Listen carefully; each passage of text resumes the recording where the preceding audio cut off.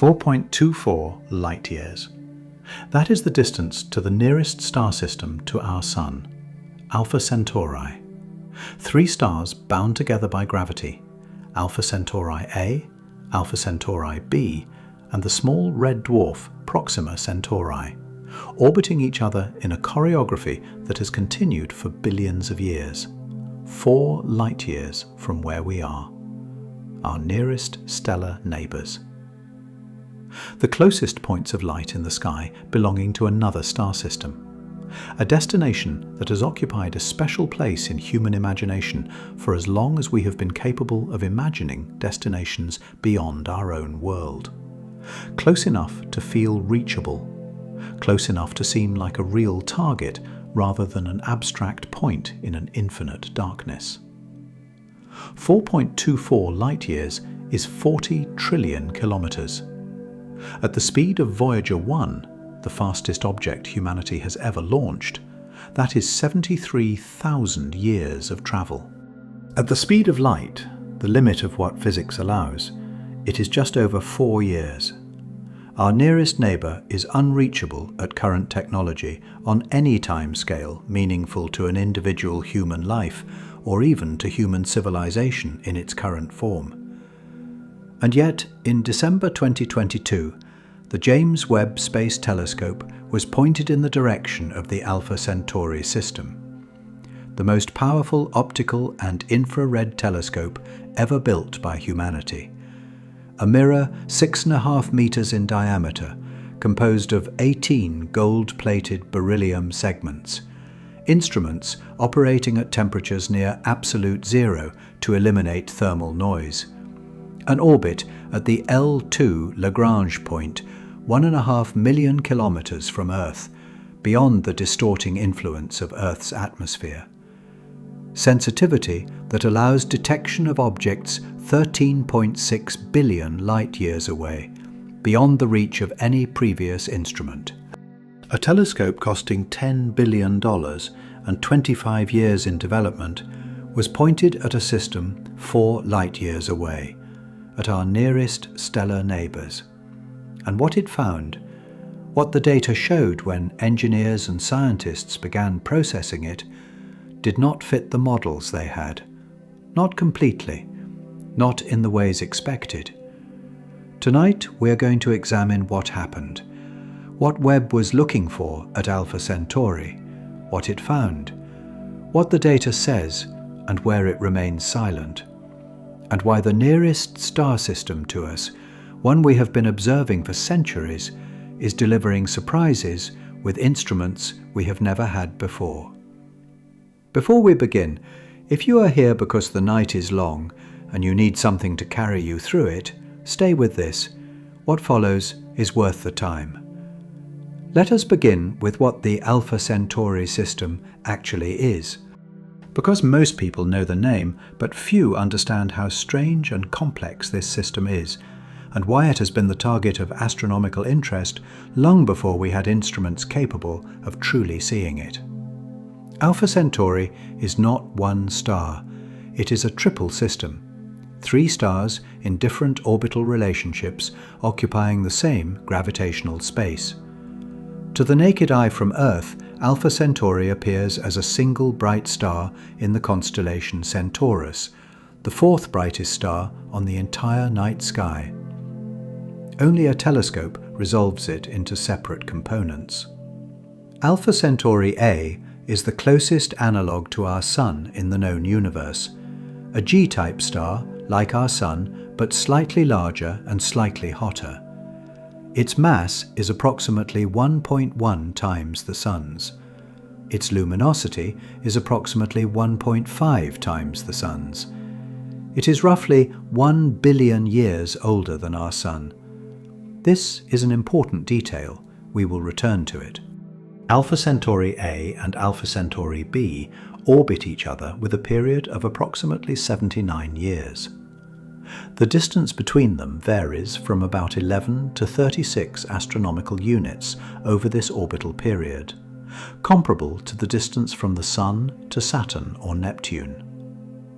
Alpha Centauri B is a K-type star, an orange dwarf. slightly smaller and cooler than our Sun. Its mass is approximately 0.9 times the Sun's. Its luminosity is approximately 0.5 times the Sun's. It radiates more in the infrared and less in the ultraviolet compared to the Sun. K-type stars are considered particularly interesting from a habitability perspective. They are more stable and live longer than G-type stars like our Sun, and less active in the ultraviolet than red dwarfs, which can irradiate nearby planets with destructive flares.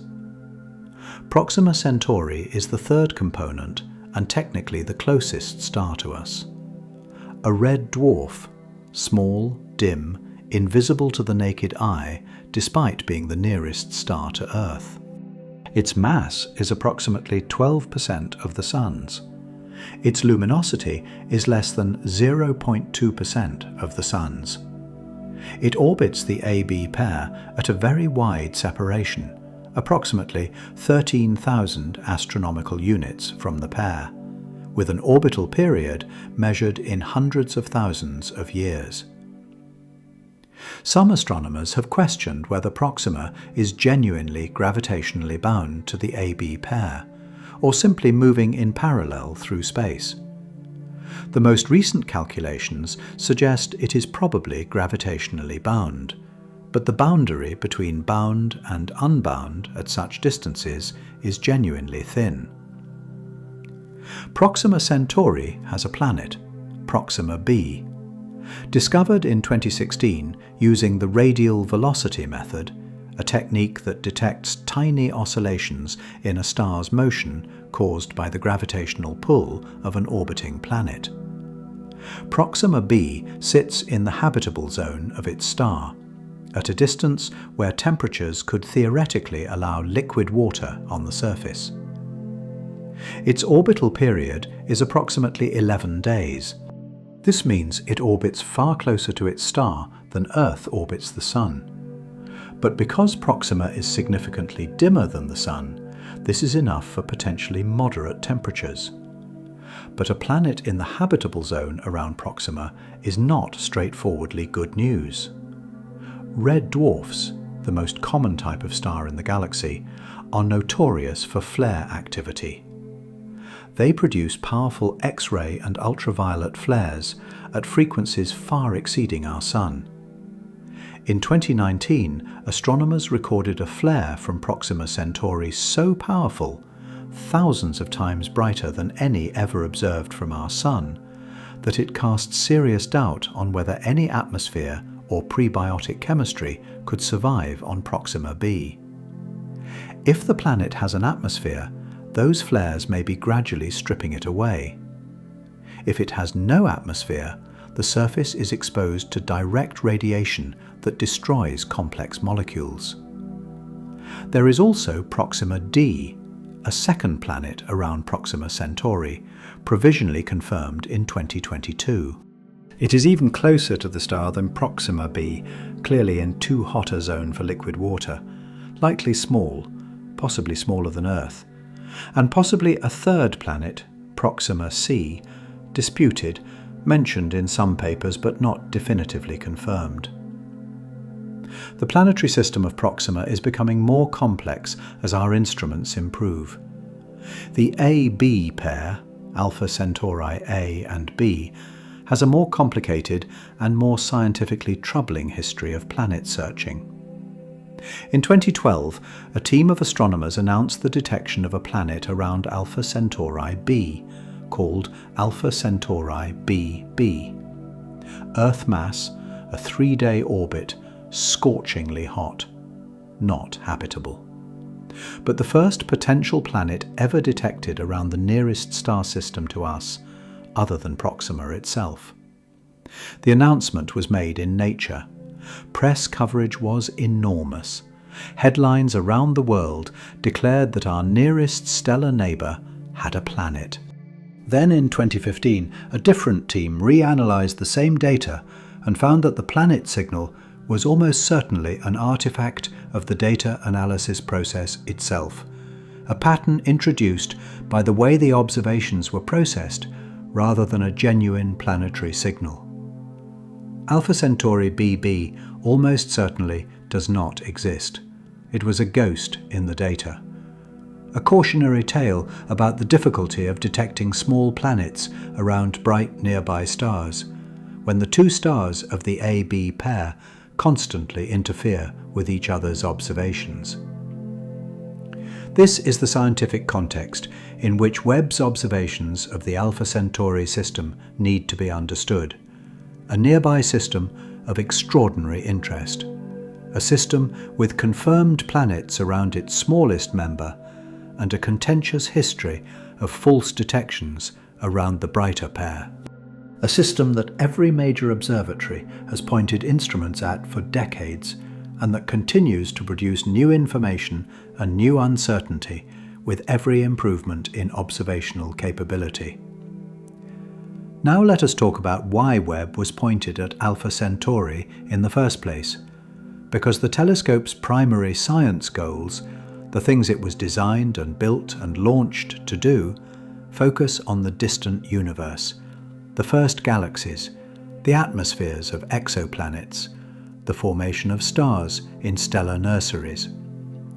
Webb was not primarily designed as a nearby star instrument.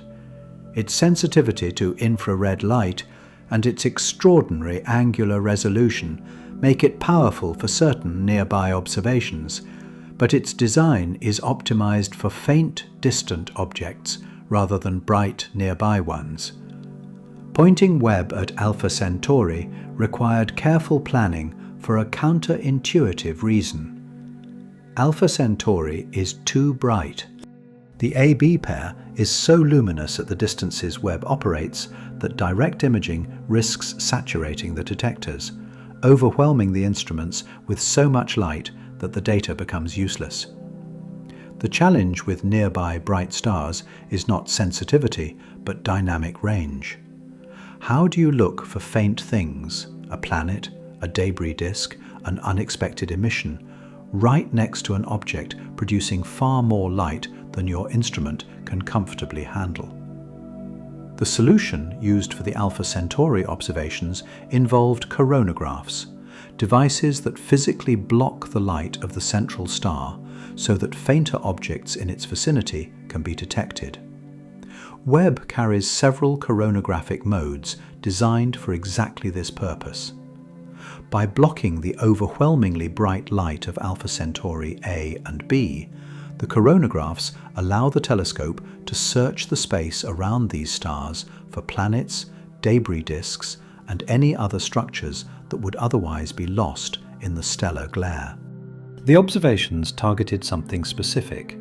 Astronomers were searching for direct evidence of planets, not through the indirect radial velocity method that detects a star's wobble, and not through the transit method that detects a planet crossing in front of its star, but directly. Imaging the thermal emission of a planet, the infrared light the planet itself emits based on its temperature.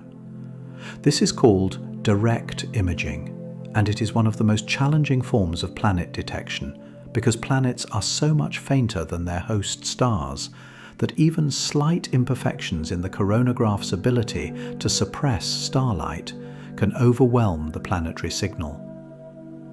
The expected target was a planet in the habitable zone of Alpha Centauri A or B, a planet radiating infrared light consistent with temperatures between the freezing and boiling points of water. If such a planet existed and was large enough and warm enough, Webb, in principle, had the sensitivity to detect it directly. Not to photograph it in any meaningful visual sense, but to detect its thermal emission as a point of light at the right position and with the right brightness to be consistent with a planet rather than an instrumental artifact. In principle. The gap between in principle and in practice in observational astronomy is often where the most interesting science lives. The observations were conducted as part of a program specifically designed to test Webb's coronagraphic performance and its ability to search for planets around nearby bright stars. The data collected at Alpha Centauri represented some of the most challenging observations the telescope had yet attempted. Not because of the distance involved, but because of the brightness of the targets and the precision required to suppress their light while searching for much fainter signals nearby. When the initial data came back and was processed by the science team, something appeared in the field, not where it was expected. Not consistent with the modelled position of any known planet or debris disk around the AB pair. A point source, a localised emission, at a position in the coronagraphic field that raised immediate questions about its nature. This is the point at which the story becomes more careful and more honest. Because what was detected at Alpha Centauri by Webb is not, at the time this is being discussed, definitively identified as a planet. It is not definitively identified as anything. What was detected is a signal, a point of infrared emission at a specific location in the Alpha Centauri system that requires explanation and that has not yet been given a single, unambiguous one. Let us be precise about what the data shows. The emission detected has a brightness consistent with a planet roughly Neptune-sized or larger, at a distance from Alpha Centauri A roughly comparable to the inner solar system. The position of the emission changed between different observations, or appeared to change, in a way that could be consistent with orbital motion around the star. The wavelength of the detected emission is in the mid-infrared, a range where warm objects emit thermal radiation and where planetary atmospheres can leave distinctive spectral signatures. None of these characteristics individually proves anything. A real planet would show all of these features. So would certain types of instrumental artifacts. So would background astronomical objects, distant galaxies or other stars that happen to fall in the same part of the sky as the Alpha Centauri system from Webb's perspective, but are, in reality, far behind it. Distinguishing between these possibilities requires additional observations at different times, in different wavelengths, with different instrumental configurations. Those additional observations have been made. The analysis is ongoing. And the situation as of the most recent publicly available data is this: the signal has not gone away. It has not been definitively identified as an artifact. It has not been definitively identified as a real planet either. It exists in a scientific state of genuine uncertainty that is more uncomfortable than either a clear positive or a clear negative, but that is also more honest about where the science actually is. The scientist who led the initial detection program, Kevin Wagner at the University of Arizona, has been careful in public statements to avoid claiming a discovery, while also noting that the signal is real, persistent, and requires explanation that the team has not yet fully arrived at. His statement that the detection was consistent with a planet, but could not be confirmed without additional observations, represents science communicating honestly about the difference between a signal and an identification, a distinction that popular coverage of astronomy often collapses in the rush toward the more exciting headline. Let us talk about why finding a planet around Alpha Centauri A would be scientifically extraordinary, not just because of the system's proximity, but because of the specific characteristics of Alpha Centauri A as a star, and what a planet around it would imply. Alpha Centauri A has been burning hydrogen in its core for approximately 6 billion years. Our Sun has been doing the same for approximately 4.6 billion years. This means Alpha Centauri A is roughly 1.3 to 1.5 billion years older than our Sun. If Alpha Centauri A has a planet in its habitable zone, and if that planet formed at roughly the same time as the star, which is the standard model of planetary system formation, then that planet has had 1.3 to 1.5 billion more years of stable stellar energy than Earth has had. This number matters for life. The history of life on Earth over its 4.6 billion year existence shows that complexity increases with time. The first 800 million to a billion years of Earth's history were dominated by simple single-celled organisms. Complex multicellular life appeared roughly 600 million years ago. Animal life, capable of building structures of any kind, appeared within the last 600 million years. Technological civilization, the kind capable of pointing telescopes at other stars, has existed for perhaps 10,000 years. A tiny fraction of a tiny fraction of the total time life has existed on Earth. If life appeared on a planet around Alpha Centauri A on a similar timescale to life appearing on Earth, if the conditions were similar and the chemistry followed a similar path, then that life has had 1.3 to 1.5 billion additional years of evolutionary time compared to life on Earth. The implications of this depend entirely on assumptions we cannot verify: whether life is common or rare, whether the path from simple chemistry to complex organisms is reliable or contingent, whether the development of technological intelligence is likely or extraordinarily improbable given sufficient time and complexity. These are among the most important unanswered questions in all of science, and they remain genuinely open. But the arithmetic is real. A planet 1.5 billion years older than Earth, around a star fundamentally similar to our Sun, at a distance that Webb might be able to directly detect, this is not an abstraction. If it exists, this is the most consequential astronomical discovery ever made. A confirmed planet in the habitable zone of our nearest Sun-like stellar neighbour would not merely change our models of planetary system formation. It would change the context within which every question about life and intelligence in the universe is asked. This is part of why the tentative detection at Alpha Centauri attracted the level of scientific attention it did, and why the analysis team has been careful not to either confirm or dismiss it prematurely. The stakes of being wrong in either direction are significant. A false positive, declaring a planet that does not exist, would be a major embarrassment for the program and would potentially damage the scientific credibility of future searches.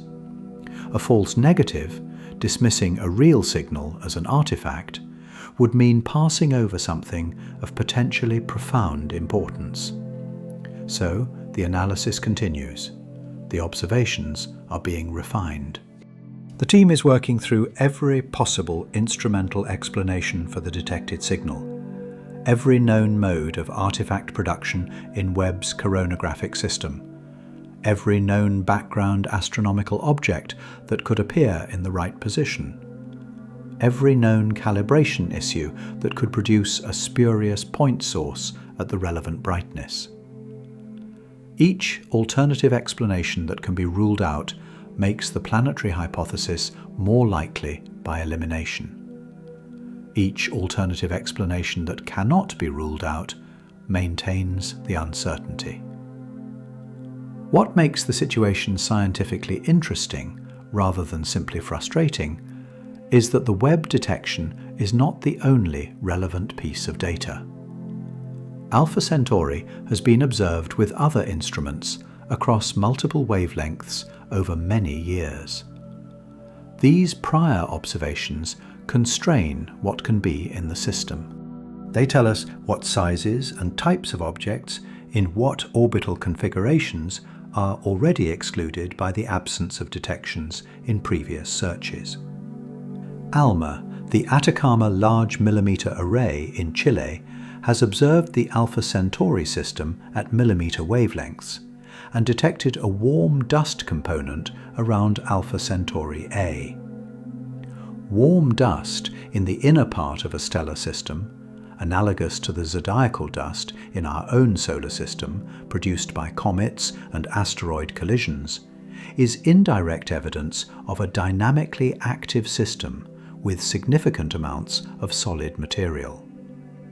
A system with dust has material available for planet formation. A system with warm inner dust has that material close to the star, in the region where rocky planets form. The ALMA detection does not prove planets exist around Alpha Centauri A, but it is consistent with a system that has undergone the kind of processing that produces planets. The European Southern Observatory's Very Large Telescope has observed Alpha Centauri at thermal infrared wavelengths, searching for planets and warm companions. The Near New Earths in the Alpha Centauri region project conducted observations specifically designed to detect Earth-mass planets in the habitable zones of both Alpha Centauri A and B. This project placed upper limits on the sizes of planets that could exist without having been detected, essentially ruling out planets above certain sizes in certain orbital ranges. These upper limits are scientifically valuable because they narrow the parameter space that any potential planet must inhabit. If Webb detected something that previous observations would have detected if it were bright enough, the Webb detection is less likely to be real. If Webb detected something at a brightness below previous detection thresholds, the detection is more plausible because it occupies previously unexplored territory. The NEAR project data from 2021 placed upper limits suggesting that no planet larger than a few Earth masses in certain near-star orbital ranges had been missed by previous observations. This is consistent with the Webb detection if the detected object is larger, more like a Neptune-mass planet at a somewhat different orbital distance. The two datasets are not in direct contradiction.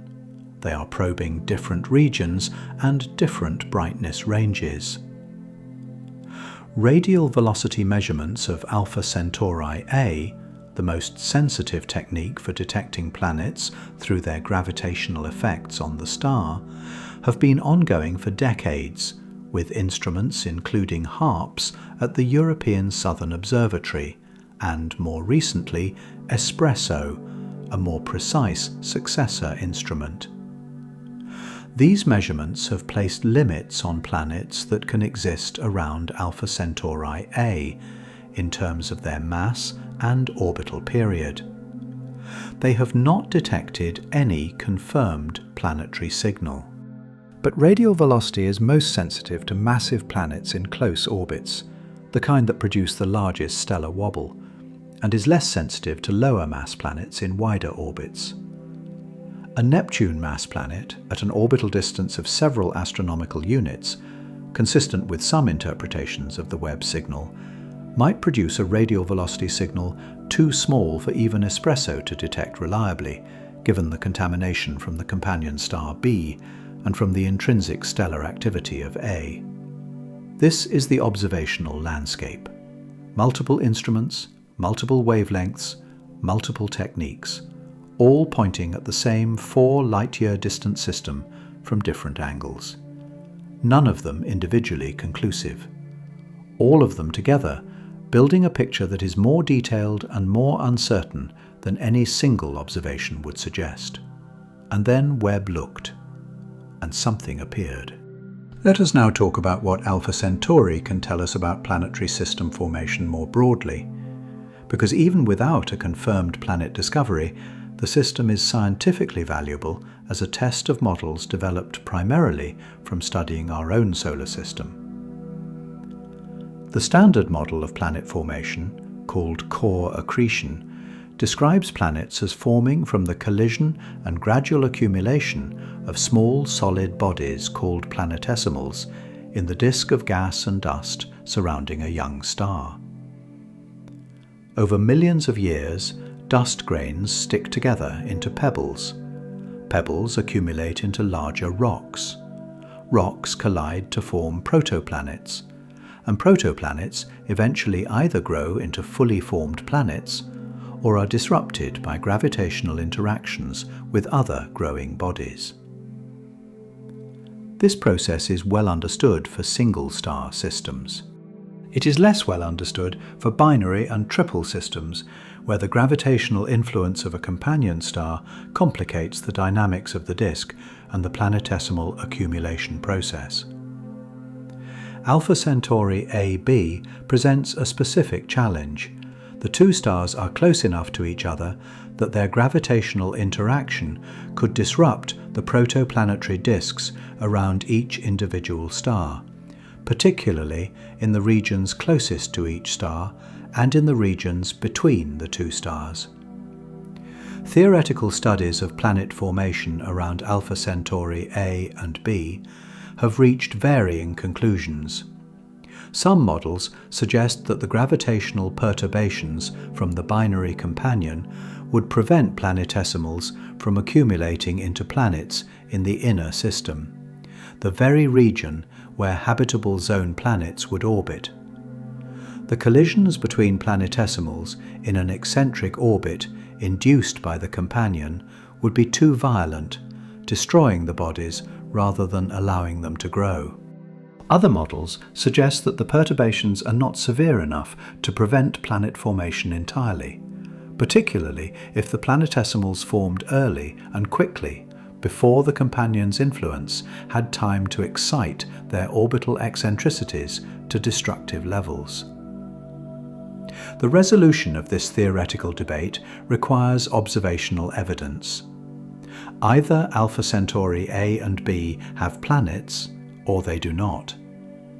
Either planet formation succeeded under binary conditions, or it failed. The models make different predictions, and the observations, imperfect and uncertain as they currently are, will eventually discriminate between them. If Webb's tentative detection is confirmed, if follow-up observations establish that the detected signal is genuinely a planet rather than an artifact, then planet formation in binary systems is more robust than the pessimistic models predicted. If the signal is eventually explained as an artifact and the system is shown to lack detectable planets, that result would favour the models suggesting binary gravitational perturbation is too destructive for reliable planet formation. Both results are scientifically valuable. Both tell us something important about how common planetary systems are around the most common types of stellar configurations in the galaxy. Because most stars are not isolated singles like our Sun. Roughly half of all stellar systems contain multiple stars in gravitational association. If binary and multiple systems cannot form planets, the galaxy has far fewer planetary systems than single-star prevalence alone would suggest.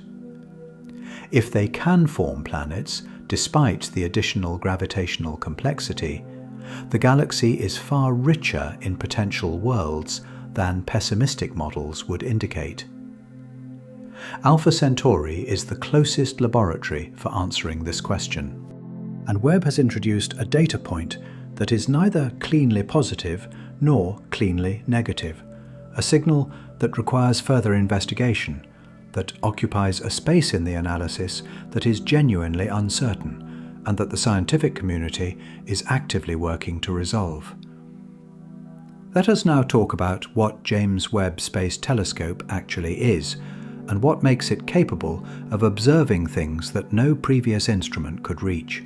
Because understanding the telescope's capabilities is essential for understanding both why the Alpha Centauri observation was attempted and why interpreting the results requires such care. Webb was designed with a primary scientific goal that had nothing to do with nearby stars. Its original conception was as a successor to Hubble, focused on the infrared universe, the faint, distant galaxies whose light has been redshifted from ultraviolet and visible wavelengths into the infrared by the expansion of the universe over billions of years. To detect these redshifted galaxies, Webb needed extraordinary infrared sensitivity. To have that sensitivity, its detectors needed to be cooled to near absolute zero, because any warm object radiates infrared light, and a warm detector would be blinded by its own thermal emission. The cooling requirement drove the telescope's fundamental design. Unlike Hubble, which orbits inside the Van Allen belts in low Earth orbit and uses solar panels to power active cooling systems, Webb needed passive cooling to temperatures below -220 degrees Celsius. This was achieved through a combination of the L2 orbit, which keeps the telescope always in the shadow of its combined sunshield, and a 5-layer sunshield the size of a tennis court that blocks virtually all infrared radiation from the Sun, Earth and Moon. The hot side of the sunshield, facing the Sun, reaches temperatures around 85 degrees Celsius. The cold side, facing deep space, reaches -233 degrees Celsius, colder than Pluto. This extreme cooling makes Webb's detectors sensitive to infrared emissions at levels that no previous space telescope has achieved. Its primary mirror of 6.5 meters diameter, 2.5 times the collecting area of Hubble's 2.4 meter mirror, gives it the light-gathering power to detect extremely faint objects. Combined with the infrared sensitivity, the result is a telescope that can observe the atmosphere of an exoplanet 1,000 light-years away and detect molecules in its spectrum. It can image galaxies forming 13.6 billion years ago. It can detect the thermal emission of objects in our own solar system at levels of detail previously impossible. But the same sensitivity that makes Webb extraordinary for faint, distant objects creates challenges for nearby bright objects. Alpha Centauri A and B are some of the brightest stars visible from Earth. In infrared wavelengths where Webb operates, they are brilliant emitters. Pointing Webb at them and trying to detect something thousands or millions of times fainter in their immediate vicinity requires the coronagraphs, and coronagraphs have their own limitations. A coronagraph works by placing a small opaque mask at the focal plane of the telescope where the image of the central star forms, physically blocking that star's light before it reaches the detector. The effectiveness of a coronagraph is measured by its contrast ratio, how much of the central star's light it suppresses relative to the remaining light that reaches the detector. Webb's coronagraphs can achieve contrast ratios of approximately 10,000 to 1 under ideal conditions, meaning they suppress the star's light by a factor of 10,000, allowing objects 10,000 times fainter than the star to be detected nearby. For planet detection, this is not always sufficient. A Jupiter-sized planet reflects its star's light and emits thermal radiation at levels that might be 100,000 to 1 billion times fainter than the star, depending on the planet's size, temperature, and distance from the star. An Earth-sized planet in the habitable zone might be 1 billion to 1 trillion times fainter. Webb's coronagraphs can potentially detect warm, large planets, Neptune scale or larger, that are sufficiently separated from the star to fall outside the coronagraph's inner working angle. They cannot currently detect Earth-sized planets directly. Those will require future telescope generations with more powerful coronagraphic systems. The signal detected at Alpha Centauri falls in a parameter space where Webb's coronagraphs could theoretically be sensitive, roughly Neptune-sized and warmer than Earth's outer solar system, at a separation from the star that puts it outside the coronagraphic inner working angle. This is one of the reasons the signal has not been immediately dismissed as impossible. It occupies a region of parameter space where Webb can genuinely be sensitive and where previous instruments would not have detected it if it existed. The uncertainty around the nature of the signal comes from the fact that the coronagraphic system also introduces specific known patterns of residual starlight, called speckles, that can mimic the appearance of a real point source. Speckles are produced by imperfections in the optics, tiny deviations from perfect figure in the mirror segments, minute misalignments in the coronagraphic components that scatter small amounts of stellar light into unexpected positions in the focal plane. A real planet moves with the star as the star moves relative to the background sky. A speckle stays fixed relative to the telescope's optical system. Distinguishing between the two requires observations at different times when the star has moved enough for a real planet to shift position, while a speckle remains stationary. This is exactly the kind of follow-up observation the team is conducting, and this is why the situation remains unresolved rather than definitively answered. The signal has characteristics consistent with orbital motion. It also has characteristics that make complete artifact exclusion difficult with the observations conducted so far. More data is needed. The analysis continues. Now let us talk about Proxima Centauri b specifically, the confirmed planet in the confirmed habitable zone of the nearest star to Earth, and what we actually know about it from real observations rather than theoretical extrapolation. Proxima b's existence is not in doubt. The radial velocity signal that revealed it has been confirmed by multiple independent observations with multiple instruments. Its minimum mass, the mass it would have if its orbit were perfectly edge-on to our line of sight, is approximately 1.07 Earth masses. It could be somewhat more massive if its orbit is inclined relative to our line of sight, but it cannot be dramatically more massive without producing a radial velocity signal larger than what is observed. So it is likely in the range of 1 to a few Earth masses, genuinely Earth-like in mass. Its orbital distance from Proxima Centauri is approximately 0.0485 astronomical units, about 7 million kilometers. For comparison, Earth is 150 million kilometers from the Sun. Proxima b is 21 times closer to its star than Earth is to the Sun. But because Proxima Centauri is only 0.17% as luminous as the Sun, this close orbit still puts Proxima b in the habitable zone, the region where the stellar energy flux is similar to what Earth receives from the Sun, allowing liquid water on the surface under the right atmospheric conditions. The right atmospheric conditions are the critical qualifier. We do not know whether Proxima b has an atmosphere. We do not know its surface composition. We do not know its bulk density, whether it is a rocky planet like Earth, or a water world, or a mini Neptune with a thick gas envelope. The radial velocity technique that detected it tells us only its minimum mass and its orbital period. Everything else requires either direct imaging, which is beyond current capabilities at the contrast ratios needed for a planet this close to its star, or transit observations, which require the planet's orbit to pass in front of the star from our perspective. Proxima b does not appear to transit.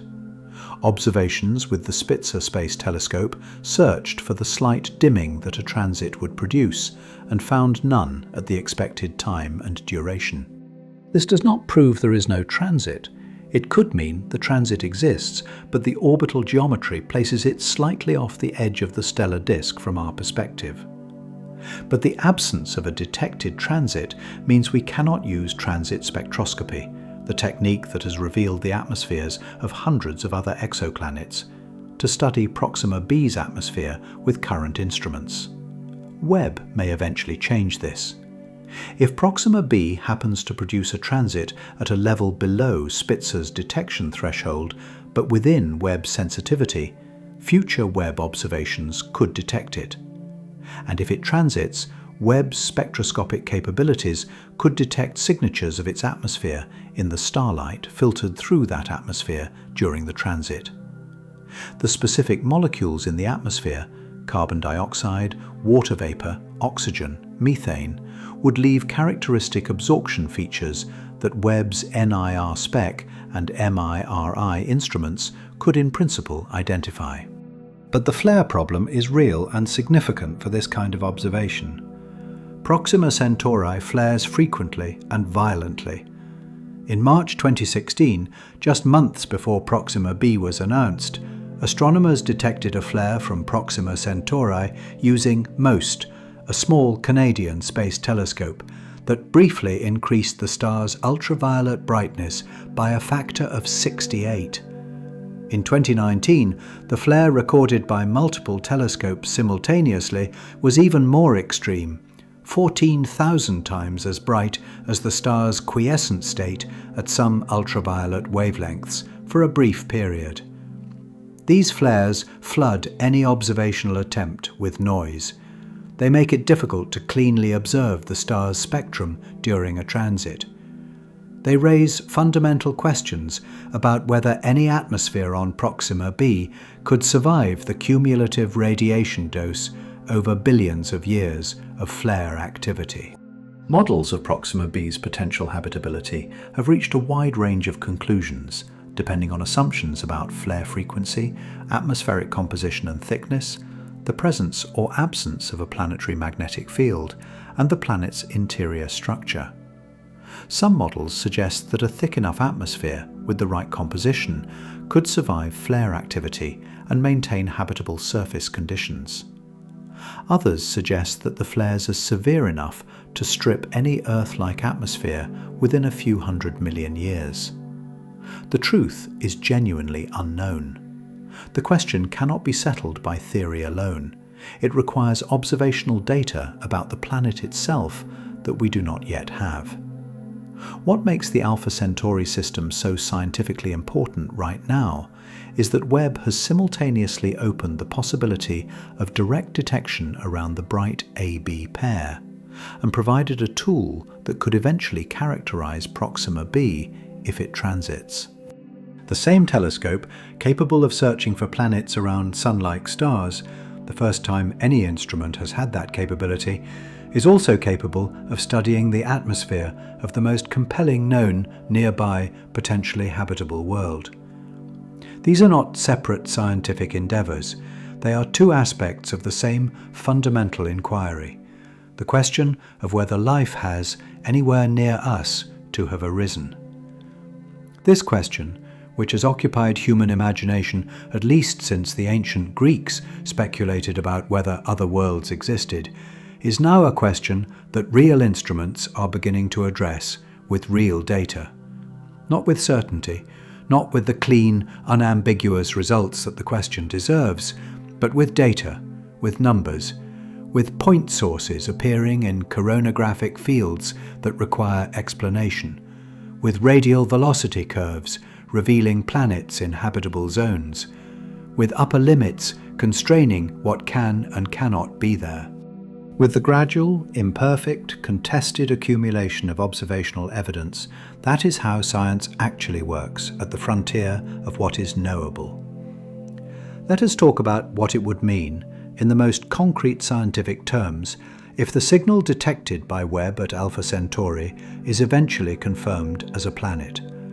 Not what it would mean culturally or philosophically, what it would mean for the models, for the questions, for the next generation of observations and missions and theoretical frameworks that would immediately follow such a confirmation.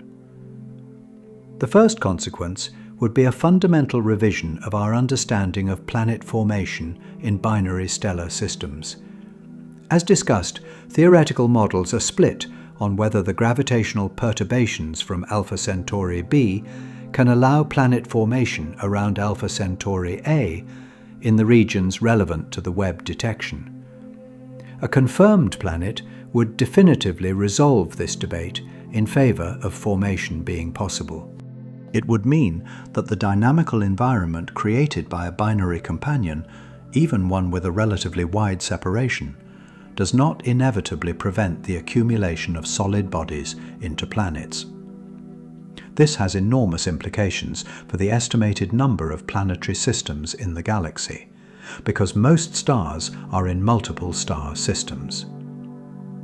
The second consequence would depend critically on the nature of the detected object.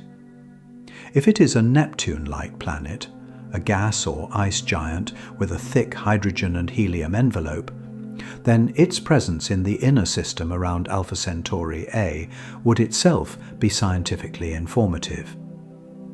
Neptune-sized planets in the inner solar system are common around other stars. They are one of the most frequently detected types of exoplanet. But our own solar system does not have one. Understanding whether inner Neptunes are common around Sun-like stars, and whether their presence is compatible or incompatible with the existence of smaller rocky planets in the same system, is an active area of research. A Neptune around Alpha Centauri A at a relatively close distance would tell us about the formation and migration history of that system in ways that challenge and refine current models. If the detected object is instead a super-Earth, a rocky planet several times Earth's mass, in the habitable zone, the implications are more dramatic. A rocky world in the habitable zone of the nearest Sun-like star, detectable at all by Webb, would be the most significant target for follow-up characterization ever identified. The combination of proximity, 4 light-years, and potential habitability would make it the single highest priority target for every major telescope program for the foreseeable future. This is not hyperbole. The proximity matters enormously for future characterization. Every spectroscopic observation becomes easier by a factor of distance squared.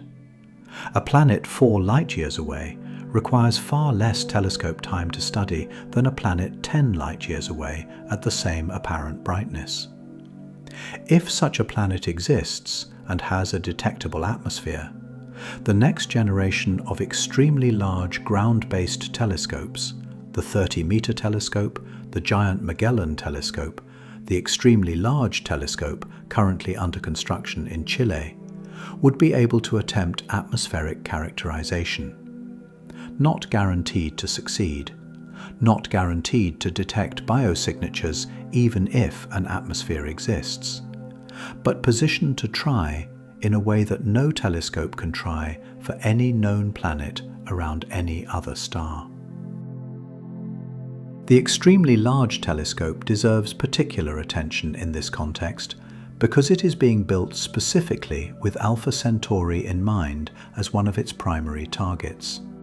The ELT, under construction by the European Southern Observatory on Cerro Armazones in the Atacama Desert of Chile, at an elevation of 3,046 meters, will have a primary mirror 39.3 meters in diameter, the largest optical telescope ever built. It will use adaptive optics systems to correct for atmospheric turbulence with a precision that allows nearly space-quality imaging from the ground. Its METIS instrument, the Mid-Infrared ELT Imager and Spectrograph, is specifically designed to directly image and characterize planets around nearby stars, including Alpha Centauri. METIS will be able to directly image Earth-sized planets in the habitable zones of the nearest stars, something no current instrument, including Webb, can do. Its combination of the ELT's enormous light-gathering power, adaptive optics correction, and coronagraphic suppression of stellar light is projected to achieve the contrast ratios needed to detect thermal emission from rocky, habitable zone planets at distances out to several light-years. Alpha Centauri A is its primary scientific target. If a planet exists in the habitable zone of Alpha Centauri A, METIS should be able to detect and characterize it, measuring its spectrum at infrared wavelengths and searching for molecular signatures, including carbon dioxide, water, ozone, and potentially methane. The ELT is expected to achieve first light around 2028. METIS is one of the first light instruments. This means that within the next several years we will have on the ground an instrument specifically designed to answer the question that Webb's tentative detection has posed. Not definitively in a single observation. Scientific questions of this magnitude are rarely resolved by a single observation, but progressively, with each additional dataset narrowing the uncertainty and either building the case for a real detection or eliminating the possibilities one by one. This is the context in which the Webb observation at Alpha Centauri should be understood. Not as a standalone claimed discovery, not as a definitive announcement, but as the opening data point in a scientific process that is now actively underway. A process involving multiple telescopes, multiple techniques, multiple independent teams, and a timeline measured in years to decades rather than months. The signal Webb detected is real in the sense that it appears in the data and requires explanation. It is uncertain in the sense that its explanation has not been established. And it is important in the sense that the correct explanation, whatever it turns out to be, will tell us something significant about the nearest star system, and, by extension, about the distribution of planets around the stars most similar to our own. Let us now go deeper into what Webb's infrared observations can and cannot tell us about planetary systems around nearby stars, because the specific wavelengths at which Webb operates and the specific physical processes those wavelengths probe determine both the power and the limitations of the observations. Webb operates primarily in the near-infrared and mid-infrared, from about 0.6 to 28 micrometers in wavelength. For comparison, visible light spans approximately 0.4 to 0.7 micrometers. Webb's shortest wavelengths slightly overlap the reddest visible light. Its longest wavelengths extend deep into the thermal infrared, where room temperature objects, and cooler than room temperature objects, emit most of their radiation. At these wavelengths, different physical phenomena become accessible. Stellar atmospheres emit infrared radiation that carries information about temperature, chemical composition, and magnetic activity. Planetary atmospheres absorb and emit infrared radiation at specific wavelengths corresponding to the vibrational and rotational states of molecules. Each molecule has a characteristic absorption spectrum that serves as a fingerprint. Water vapor absorbs strongly at several infrared wavelengths. Carbon dioxide has a strong absorption band at 15 micrometers. Methane absorbs at 3.3 micrometers. Ozone absorbs at 9.6 micrometers.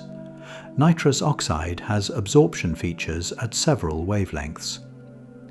These molecular fingerprints are what make infrared spectroscopy such a powerful tool for studying planetary atmospheres. If a planet transits its star and Webb observes the system during the transit, some starlight passes through the planet's atmosphere on the way to the telescope. The molecules in that atmosphere absorb specific wavelengths, leaving dips in the spectrum at the corresponding wavelengths. By analysing which wavelengths are absorbed and by how much, scientists can infer the presence and abundance of specific molecules in the atmosphere. This is transit transmission spectroscopy, and Webb has already applied it to dozens of exoplanets with extraordinary success. The limitations of this approach for Alpha Centauri are already established. Proxima B does not appear to transit, and the Webb coronagraphic observation of the AB pair is a direct imaging approach rather than a transit spectroscopy approach. But the direct imaging approach also has spectroscopic capabilities. If a planet is detected in a coronagraphic observation at sufficient signal-to-noise ratio, Webb's spectrographs can be used in conjunction with the coronagraph to obtain a spectrum of the detected point source, confirming its planetary nature through the temperature and chemical composition implied by the spectrum, and potentially detecting atmospheric molecules. This is not a quick process. Getting a spectrum of a faint point source near a bright star through a coronagraph requires accumulating many hours of observation time. The signal-to-noise ratio builds slowly. For a tentatively detected signal, like the one at Alpha Centauri, obtaining a spectrum sufficiently high quality to identify atmospheric molecules would require substantially more telescope time than the initial detection observations. This is why the scientific process proceeds slowly relative to the pace at which the public, and sometimes science journalists, would prefer to receive answers. The telescope time required for follow-up characterization of a tentative detection is substantial. Webb's time is oversubscribed. More programs are approved and awarded time than the telescope can execute in a single year. Prioritization decisions are made by committees that weigh scientific merit, technical feasibility, and community impact. A tentative detection that requires additional observation to confirm or deny competes for limited time with every other scientifically compelling program the observatory can execute. This is the mundane institutional reality underlying what might seem from the outside like an inexplicable delay between an exciting preliminary result and a definitive answer. The delay is not confusion or secrecy or scientific uncertainty about how to interpret the data. It is the normal pace of careful science, operating within the normal constraints of finite resources and finite time on finite instruments. Let us talk about the history of planetary detection around Alpha Centauri more broadly, because the system's proximity has made it a target for planet searches for decades, and the history of those searches is a history of technical challenges, false positives, and the gradual improvement of methods that has brought us to the point where Webb can now attempt observations that would have been impossible 5 years ago. The radial velocity searches that detected the now retracted Alpha Centauri BB and failed to confirm it are instructive. The challenge of detecting planets around Alpha Centauri A and B using radial velocities is not primarily about the star's distance from us. 4 light-years is close enough that the radial velocity signal of an Earth-like planet would be measurable in principle with a sufficiently precise spectrograph. The challenge is the binary nature of the system. The 2 stars orbit each other with a period of approximately 79 years and a radial velocity amplitude of several kilometers per second, thousands of times larger than the signal of any habitable zone planet. Removing this binary motion precisely enough to reveal the much smaller planetary signal requires modeling the orbital dynamics of the binary with extraordinary accuracy. Small errors in the binary orbital model leave residuals that can mimic planetary signals. This is almost certainly what happened with Alpha Centauri BB. The planet signal at the level reported in 2012 was at the edge of detectability with the instruments of the time. When the binary orbit model was improved and the data reanalyzed with better techniques, the planetary signal disappeared, absorbed into the improved binary model as a residual that had been incorrectly attributed to a planet rather than to imperfect binary orbit removal. This cautionary tale directly informs how the Webb coronagraphic detection is being treated. A signal at the edge of detectability in a challenging observational environment. A faint point source near two bright stars through a coronagraph requires the same systematic skepticism that any claimed detection in a difficult observational regime deserves. The question is not whether the signal is there in the data. It is. The question is whether the signal is from a planet or from something else. And answering that question requires the same kind of systematic elimination of alternatives that eventually resolved the Alpha Centauri B controversy. Though, in this case, reaching the conclusion that the 2012 detection was an artifact took 3 years and required independent teams using different analytical methods.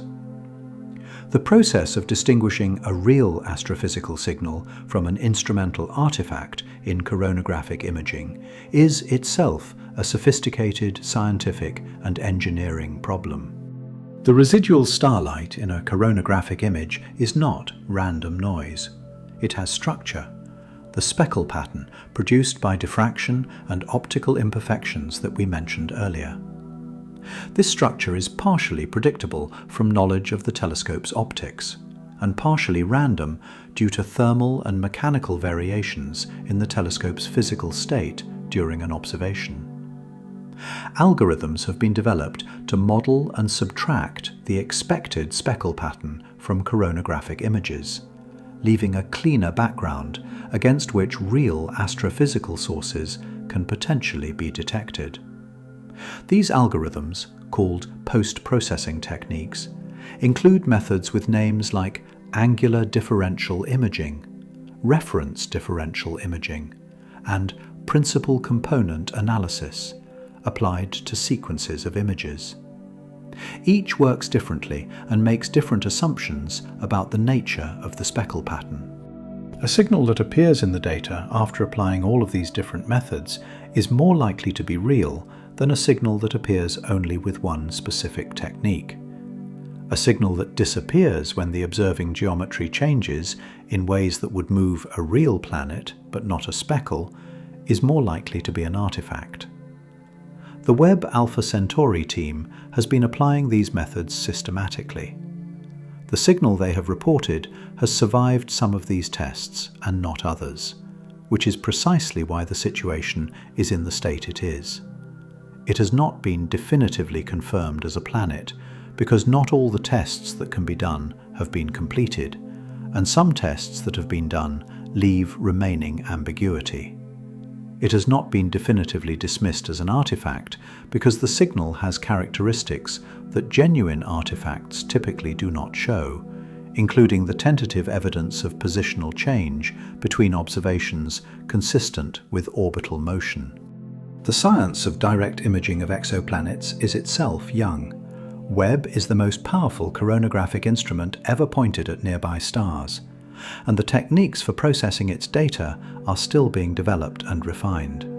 Every new dataset from a coronagraphic observation provides calibration information that improves the ability to interpret future datasets. The Alpha Centauri observation is, in this sense, doubly valuable, both for what it may directly reveal about the system and for what it teaches about how to use Webb's coronagraphic capabilities most effectively for future planet searches. Let us now talk about what the interstellar medium between us and Alpha Centauri can tell us, because this is a topic where real observations have produced genuinely surprising results that are not widely known and that bear on the broader question of what lies in the space between our solar system and the nearest stellar system. The space between the Sun and Alpha Centauri is not empty. It contains the same low-density interstellar medium that fills the Milky Way: protons and electrons and neutral hydrogen atoms, dust grains, magnetic fields, cosmic rays. The average density of this material in the local interstellar medium, the region within a few hundred light-years of the Sun, is approximately 1 atom per cubic centimetre, extraordinarily sparse, a better vacuum than the best we can create in any laboratory. But not nothing. In 1994, the Extreme Ultraviolet Explorer satellite detected emission from Alpha Centauri A and B in the extreme ultraviolet, the high-energy end of the ultraviolet spectrum. This detection allowed astronomers to probe the properties of the interstellar medium between us and the system, because extreme ultraviolet photons are absorbed by neutral hydrogen in the interstellar medium. By measuring how much extreme ultraviolet light is absorbed between Alpha Centauri and Earth, astronomers can infer the column density of neutral hydrogen along that line of sight, essentially the total amount of absorbing material integrated over 4 light-years. The result was that the interstellar medium between us and Alpha Centauri is slightly less dense than average. The path between our solar system and the nearest star happens to pass through a region called the local bubble, a roughly spherical region of space approximately 300 light-years across that is mostly evacuated of neutral hydrogen compared to the broader interstellar medium. The local bubble was produced by a series of supernova explosions over the past few tens of millions of years that blew away the local interstellar medium, leaving a hot, low-density cavity within which our solar system and Alpha Centauri both reside. This has a practical consequence for any future attempt to send a probe to Alpha Centauri. The low density of the local interstellar medium means less material for a high-speed spacecraft to collide with. The interstellar medium collision problem, the damage inflicted on a spacecraft moving at a significant fraction of the speed of light by individual hydrogen atoms hitting the spacecraft at relativistic speeds, is less severe in the low-density local bubble than it would be in a denser region. This is a small silver lining in the engineering challenge of interstellar travel. Our nearest stellar neighbour happens to be in a direction where the interstellar medium is less dense than average. The local bubble is also where the local interstellar cloud resides, a slightly denser region of partly ionized gas a few light-years across that the solar system has been moving through for perhaps 100,000 years. The boundary of the local interstellar cloud is relatively nearby. Estimates suggest the Sun is approaching the edge of this cloud and may exit it within the next few thousand years. When the Sun exits the cloud into a different region of the local bubble, the properties of the interstellar medium hitting the heliosphere will change.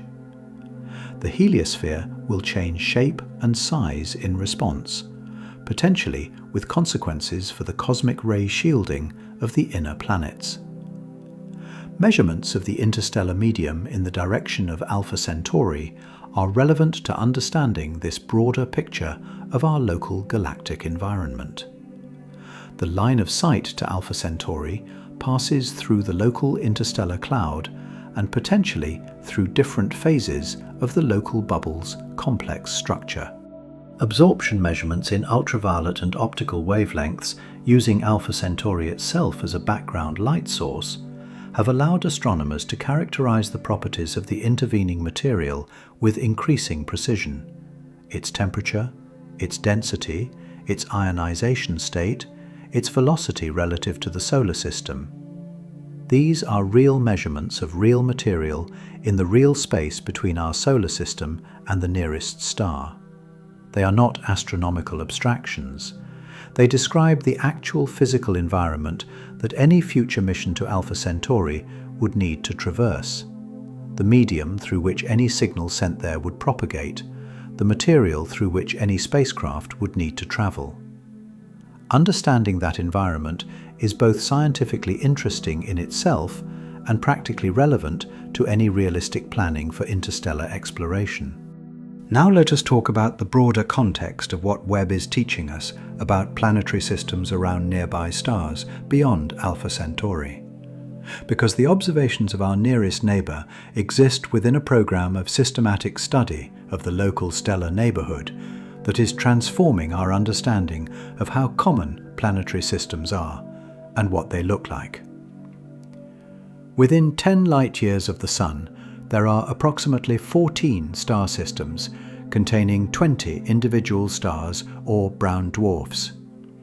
We have been studying these systems with increasing precision for decades using radial velocity, astrometry, and now direct imaging.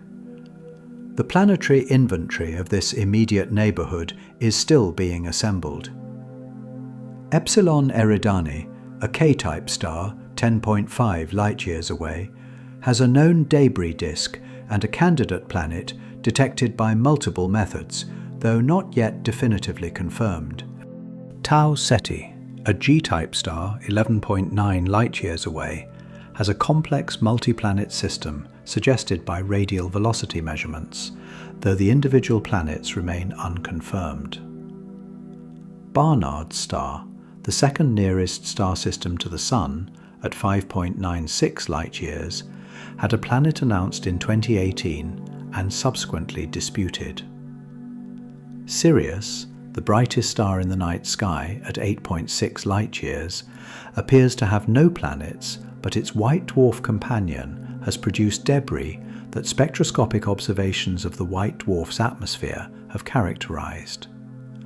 Webb is contributing to the characterization of all of these nearby systems, not through single dramatic discoveries, but through the gradual accumulation of constraints and measurements that progressively build a more complete picture. Its coronagraphic capabilities allow it to search for planets around stars where previous instruments could not achieve sufficient contrast. Its spectroscopic capabilities allow it to characterize dust and gas in planetary system debris disks with unprecedented detail.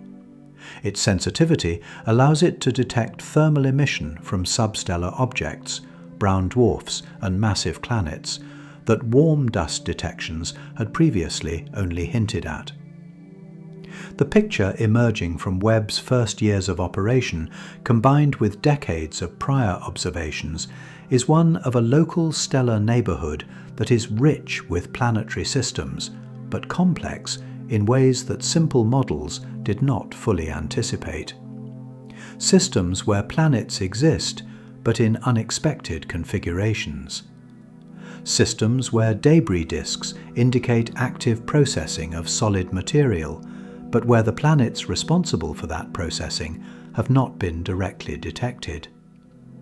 Systems where the binary or multiple nature of the host stars constrains but does not eliminate the formation of planets in habitable zone orbits. Alpha Centauri sits at the center of this picture, simultaneously the most important target and the most challenging one, the system where the scientific payoff of a confirmed detection is highest, and where the observational difficulty is also extreme. Every improvement in coronagraphic technique, every new data processing algorithm, every additional hour of telescope time pointed at the system contributes incrementally to the answer. What we know for certain about Alpha Centauri, stripped of speculation and uncertainty, is this: it is the nearest stellar system to the Sun. It contains 3 stars with masses and spectral types spanning the range from slightly above solar to red dwarf. The most massive star, Alpha Centauri A, is 1 billion years older than our Sun, and therefore has had longer to potentially develop complex planetary systems, and, if life is possible, longer for life to develop and evolve.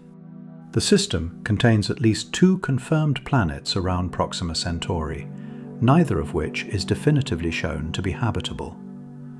The inner system around the bright AB pair has been searched for planets with multiple techniques, and no confirmed detection has been made. Webb has observed the system with its coronagraphic instruments and found a signal that has not been conclusively explained as either a real planet or an artifact. follow-up observations are underway. This is the actual state of knowledge, not a discovery, not a non-detection. A question actively being worked on by scientists with the best instruments ever built for the purpose, in the system most likely to yield the most consequential answer in the history of astronomy. The question itself, is there a planet in the habitable zone of our nearest stellar neighbour, is one that human beings have been asking in various forms for as long as we have known that other stars exist. The ancient Greeks debated whether other worlds orbited other suns.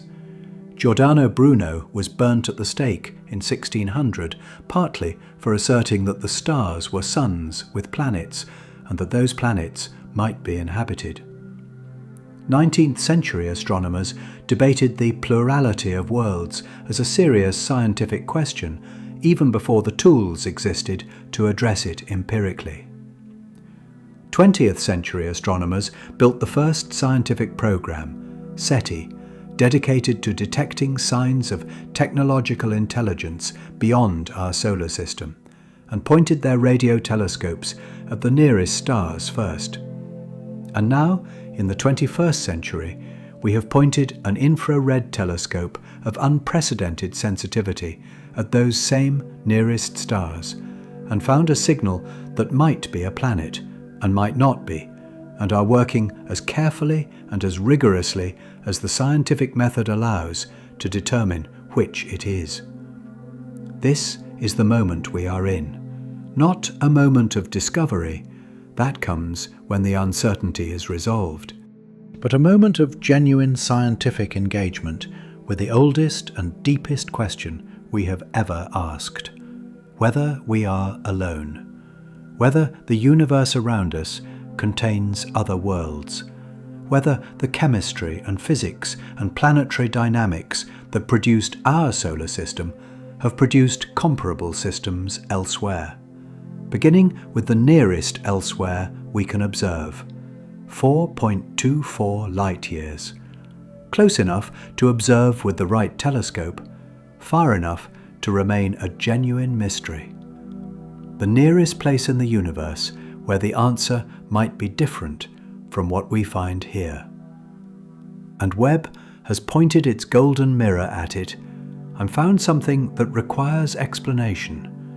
The analysis continues, the observations accumulate, the uncertainty persists, not from lack of effort, but from the genuine difficulty of the question and the genuine precision required to answer it without error. We are looking at the right place. For the first time in the history of our species, we have instruments capable of potentially seeing what is there. Whether those instruments have already seen it and we are still determining what we are looking at, or whether they will require another generation of technology to resolve, is itself a question being worked out in real time by real scientists doing real science at the frontier of what our civilization currently knows how to do. That frontier is 4.24 light-years away, and it is getting closer. Not physically, not yet, but in the sense that our instruments are improving, our techniques are maturing, our understanding of what to look for and how to look for it is deepening with every observation and every analysis, and every paper that adds one more constraint to the slowly tightening picture of what the nearest star system does and does not contain. We are looking, with the best eyes we have ever had, at the nearest place the answer might be. Let us talk about what the discovery of life, or even of a genuinely habitable planet around Alpha Centauri, would mean for the Fermi Paradox. Because the two questions are intimately connected. If life exists 4 light-years away in the nearest stellar system, around the nearest sun-like star, the implications for the prevalence of life throughout the galaxy are profound in a way that no other discovery could match. The Fermi Paradox rests on a specific kind of reasoning. If life is common, If it arises frequently around stars throughout the galaxy, given sufficient time and the right conditions, then, given the age of the galaxy and the abundance of old stellar systems, technological civilizations should have had billions of years to emerge and expand. The galaxy is approximately 13.6 billion years old. Stars with planets similar to our Sun and Earth formed as early as 10 billion years ago. A civilization that arose on a planet around one of those early stars and developed technology 1 billion years earlier than we did would have had 1 billion years to expand, communicate, or leave detectable traces of its existence. Even at modest expansion rates, 1 billion years is more than enough time to make an impact on the observable galaxy. And yet we detect nothing. No signals, no megastructures, no modifications of stars or stellar systems that indicate technological manipulation. The galaxy appears empty of technological life, despite being old enough for it to have arisen and spread many times over. The resolution of the Fermi Paradox requires either that life is extremely rare enough that we might be the only technological civilization in the observable universe, or that technological civilizations do not expand and communicate in the ways the naive calculation assumes, or that they exist but for some reason are undetectable by our current methods, or some combination of these.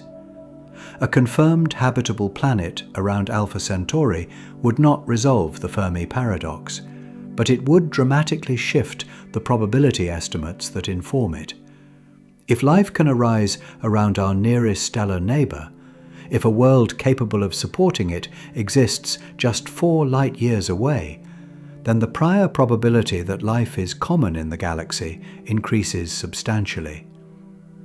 The absence of detected signals from technological civilizations would then become harder to explain as a consequence of life being rare.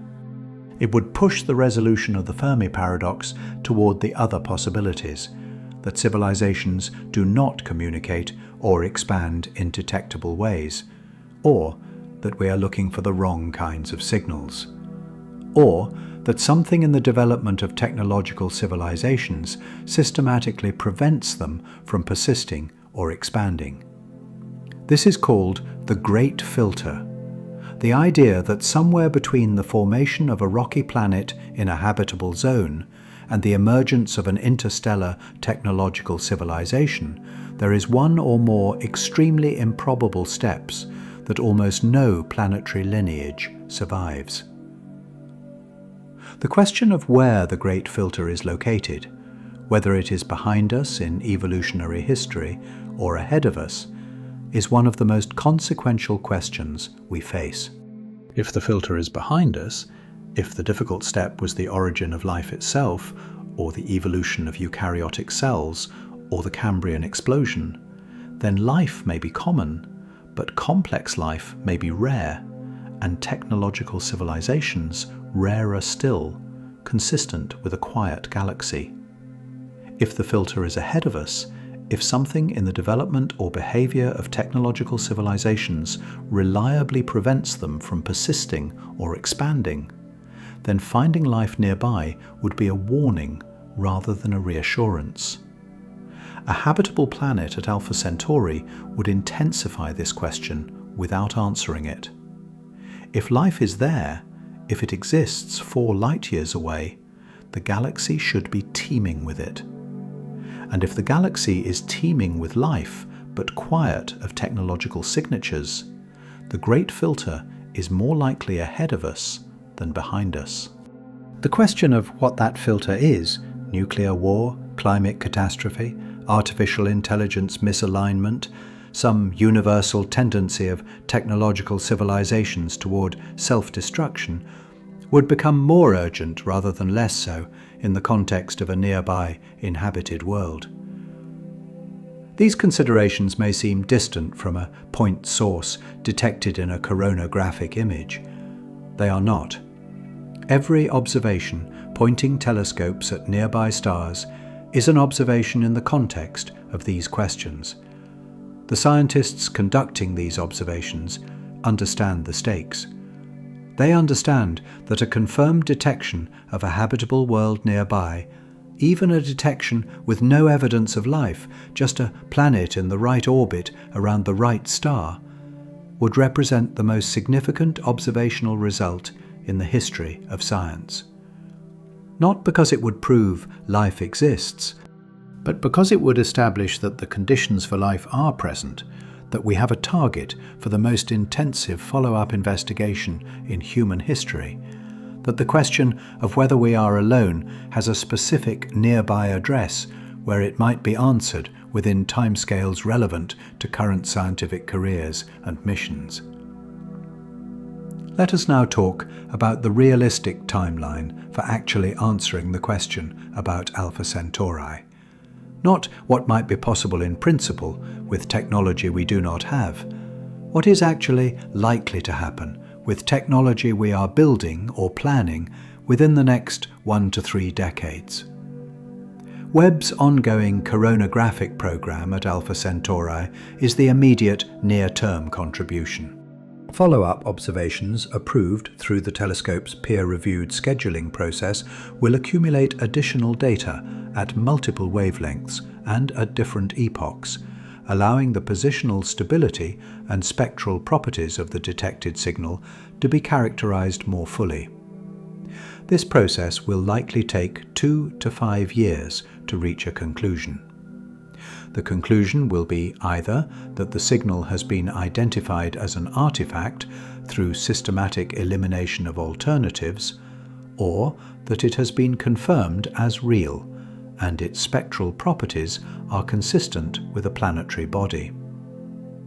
A definitive spectral confirmation of planetary nature, not just a point source, but a point source with the temperature and chemical fingerprints of a planet, would be considered a detection. The ELT's METIS instrument, coming online around 2028, will be the next major step. METIS is specifically designed to achieve the contrast ratios needed to image Earth-sized planets around the nearest stars in the mid-infrared. At the separations relevant to the habitable zones of Alpha Centauri A and B, METIS can achieve contrast ratios approximately 10 times better than Webb's coronagraphs in the wavelengths where planetary thermal emission is strongest. This means METIS will be able to search for planets significantly smaller and cooler than what Webb can detect. If an Earth-sized planet in the habitable zone exists around Alpha Centauri A, METIS has a realistic, though not guaranteed, chance of detecting its thermal emission. Atmospheric characterization of any detected planet would then require additional observing campaigns, potentially spanning years. Simultaneously, the high-precision radial velocity programs will continue and improve. New instruments are being developed that push the precision of radial velocity measurements to levels that could detect Earth-mass planets around nearby stars. The espresso spectrograph at the VLT is already achieving sub-meter per second precision, the level needed to detect Earth-mass planets in habitable zones of Sun-like stars under good conditions. Its successor instruments under development aim to push this further. If a planet exists in the habitable zone of Alpha Centauri A, and its orbit is inclined enough to produce a detectable radial velocity signal, sustained observations over years with instruments of this precision should detect it. The combination of direct imaging improvements from ground-based ELTs and ongoing refinement of radial velocity measurements provides 2 independent detection channels that could confirm or deny the existence of habitable zone planets around the AB pair within the next decade to decade and a half. This is a realistic scientific timeline, not speculation about what future technology might do in principle, but a description of instruments currently under construction and observational programs currently being conducted. Beyond that, toward the middle of the century, concept studies for large, space-based coronagraphic telescopes are underway that could take the characterization of nearby planetary atmospheres to a level of detail not achievable from the ground. NASA's Habitable Worlds Observatory, a concept still in the study phase but with growing scientific and institutional momentum, is envisioned as a 6-meter class space telescope with advanced coronagraphic capabilities designed specifically to search for biosignatures in the atmospheres of Earth-like planets around nearby stars. If funded and built on the timelines currently discussed, it could achieve first light in the late 2030s or 2040s. The Habitable Worlds Observatory's primary science goal is explicitly to detect oxygen and water vapor and other potential biosignatures in the atmospheres of rocky planets in the habitable zones of the 30 to 50 nearest Sun-like stars. Alpha Centauri A would be at the top of that target list. If a planet is confirmed there by then, through ELT direct imaging or high-precision radial velocity or continued Webb observations or some combination, the Habitable Worlds Observatory would be the instrument to characterize its atmosphere in the detail needed to search for signs of life. This is the roadmap. Webb now. ELT METIS around 2028. Habitable Worlds Observatory in the 2040s. Each instrument more capable than the last. Each one asking the same question with better tools. Each one bringing the answer, whatever it is, closer to being knowable. The timeline is long by human standards. A person who is 40 years old today will be in their late 60s when the Habitable Worlds Observatory is potentially conducting its first observations of Alpha Centauri. A person entering their doctoral program in astronomy now might spend their entire career contributing to this sequence of observations without seeing its final conclusion. This is the timescale of the most important questions in science. They do not resolve quickly. They resolve through the sustained effort of multiple generations of scientists building on each other's work. But the direction is clear. We know what we are looking for. We know roughly where to look. We are building the instruments. The question is no longer whether we can ask it. The question is now just, when will we be able to hear the answer? Let us talk about what the Alpha Centauri system looks like from a mission design perspective. Because the question of whether we could ever send a physical probe there is not purely speculative. There are serious engineering analyses and funded concept studies that address exactly this question, and the results are both more promising and more sobering than popular accounts usually convey. The Breakthrough Starshot initiative, announced in 2016 by Yuri Milner and backed by scientific advisors, including Stephen Hawking before his death, is the most developed serious concept for a mission to Alpha Centauri at speeds fast enough to arrive within a human lifetime. The concept involves a fleet of gram-scale laser-sailed spacecraft, tiny chips with sails of reflective material micrometers thick, accelerated by a ground-based laser array to approximately 20% of the speed of light. At that speed, the journey to Alpha Centauri would take approximately 20 years, an additional 4 years for the signal from any observations to return to Earth. Total time from launch to first data, approximately 24 years. The engineering challenges are severe, and honest assessments acknowledge that some of them may not be solvable with current technology. The laser array required to accelerate the spacecraft to 20% of light speed would need to deliver approximately 100 gigawatts of coherent laser power. This is approximately 100 times the total power output of all solar panels currently installed on Earth. The spacecraft must be hardened against interstellar medium collisions at relativistic speeds. Individual hydrogen atoms striking a surface at 20% of light speed carry energies equivalent to cosmic ray particles and can erode materials over a 20-year journey.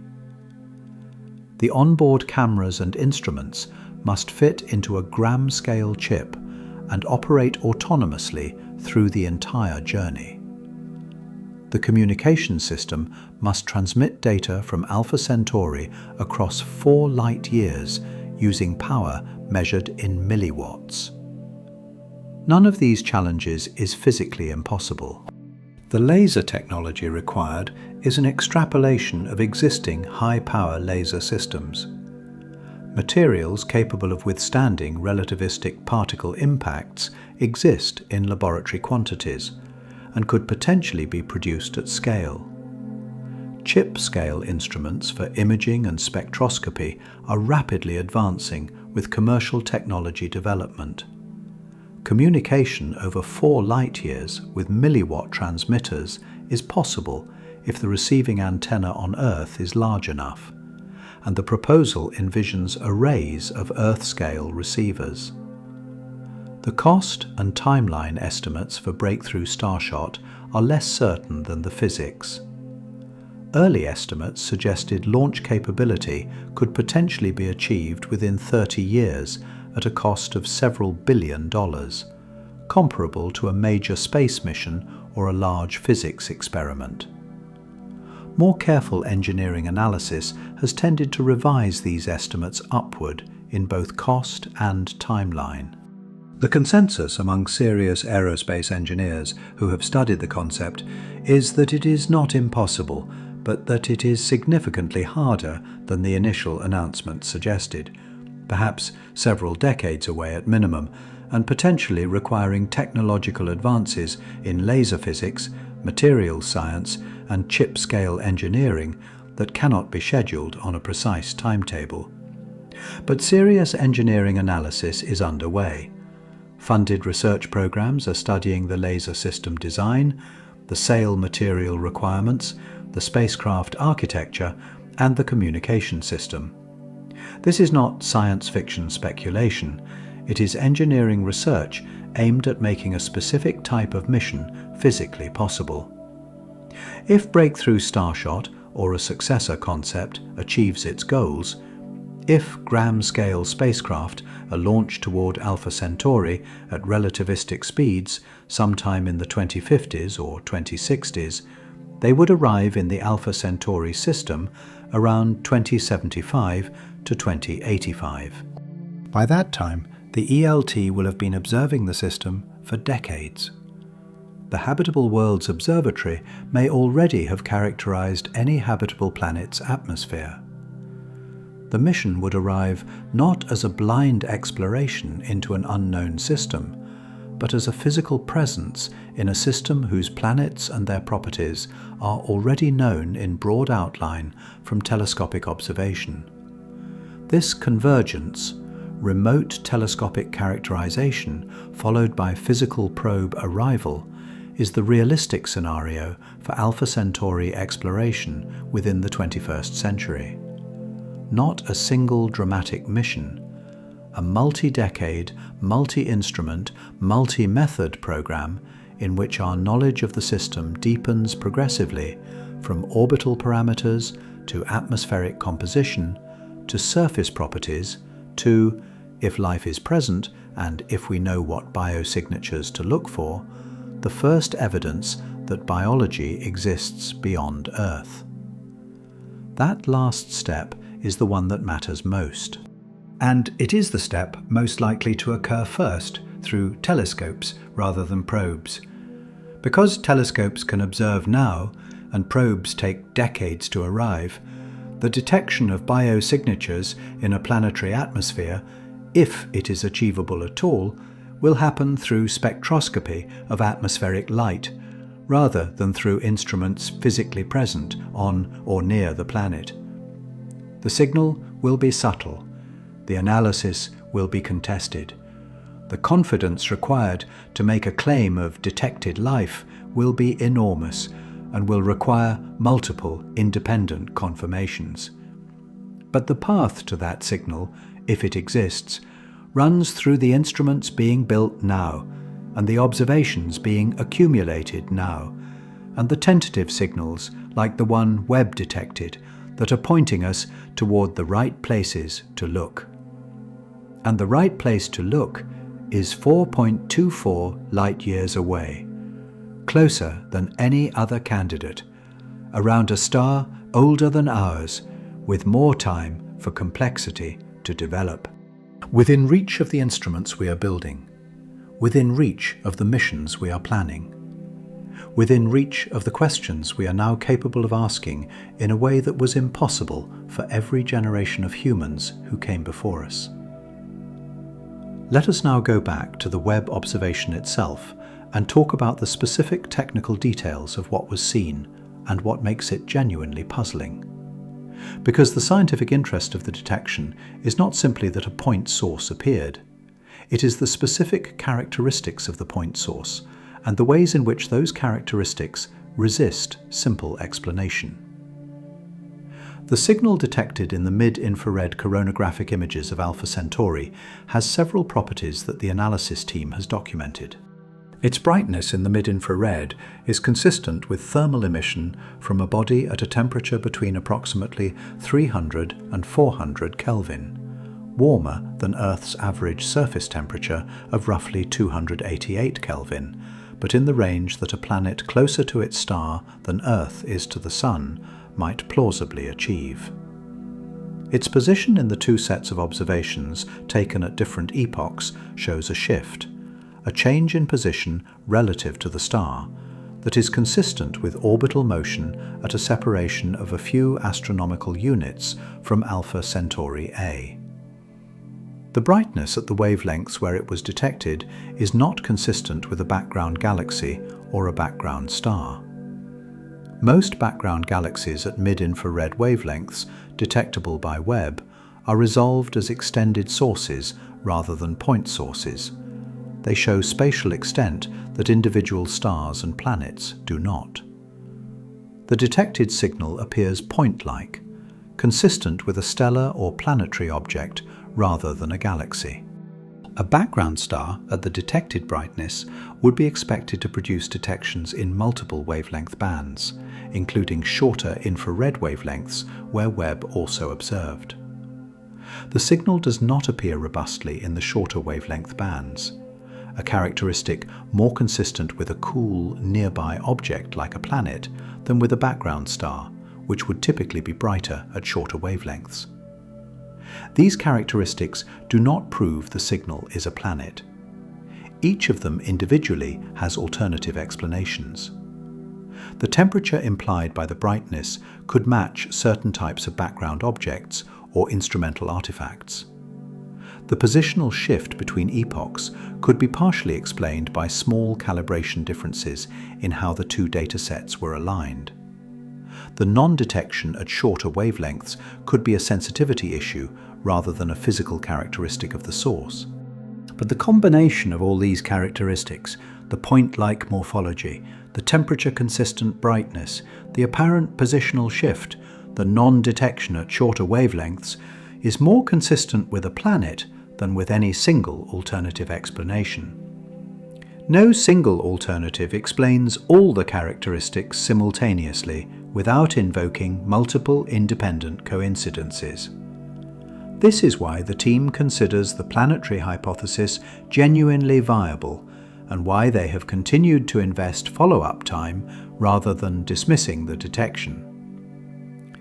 The specific wavelength at which the detection was made is also informative.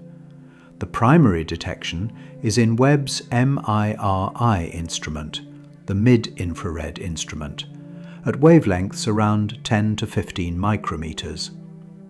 This is a wavelength range where Earth temperature planets emit significant thermal radiation and where several important atmospheric molecules have absorption features. Carbon dioxide has a strong absorption band at 15 micrometers. Ozone absorbs at 9.6 micrometers. If the detected object is a planet with an atmosphere, future spectroscopic follow-up at these wavelengths could potentially detect these molecules. The wavelength range of the detection is not incidental. It is specifically the range where planetary atmospheric signatures would be most accessible. The angular separation of the detected signal from Alpha Centauri A corresponds to a physical separation, at Alpha Centauri's distance, of approximately 2 to 3 astronomical units. This places it interior to where the habitable zone of Alpha Centauri A is located. The habitable zone is estimated to be between approximately 1.2 and 1.7 astronomical units from the star, but not dramatically interior to it. A planet at 2 to 3 astronomical units from Alpha Centauri A would be warmer than the outer edge of the habitable zone, but not necessarily too hot for liquid water on its surface, depending on the planet's albedo and atmospheric greenhouse effect. Mars orbits our Sun at approximately 1.5 astronomical units and has been argued to have been potentially habitable in its early history. A more massive planet at 2 to 3 astronomical units from Alpha Centauri A, a star 1.5 times more luminous than the Sun, would receive a solar energy flux comparable to an object in the inner reaches of our own solar system. The size of the detected object, inferred from its brightness, assuming it is a planet, is uncertain and model-dependent. If the emission is predominantly thermal, the planet radiating its own heat based on its temperature, the brightness constrains the product of the planet's size and its emissivity, not its size independently. Different assumptions about emissivity and thermal profile give different size estimates. The range consistent with the observed brightness spans from roughly Neptune-sized down to potentially smaller, perhaps a few Earth radii, depending on the assumed properties. A Neptune-sized planet at 2 to 3 astronomical units from Alpha Centauri A would be a gas or ice giant in the outer portion of the inner solar system, analogous to a warm Neptune in terms of its equilibrium temperature. It would not itself be habitable in the conventional sense of having a rocky surface with liquid water, but its presence in the system would be informative about the system's dynamical history and would not preclude the existence of smaller, rocky planets elsewhere in the system. Many planetary systems known from Kepler and TESS surveys contain both giant planets and smaller, rocky planets in different orbital configurations. The specific orbital configuration of any confirmed planet around Alpha Centauri A relative to the AB binary orbit would be scientifically crucial. Planets around one member of a binary pair must have orbits that are dynamically stable against the gravitational perturbations of the companion star.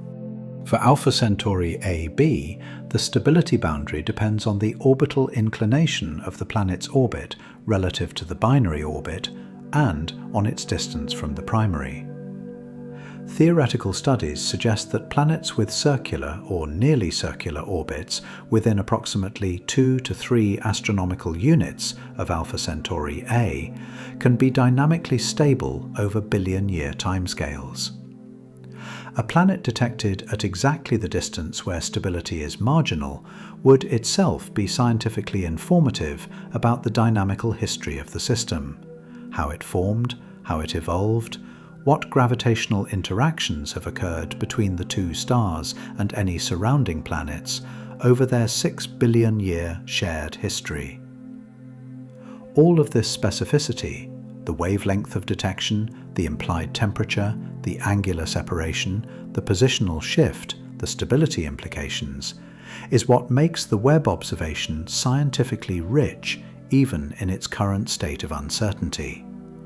It is not a vague hint.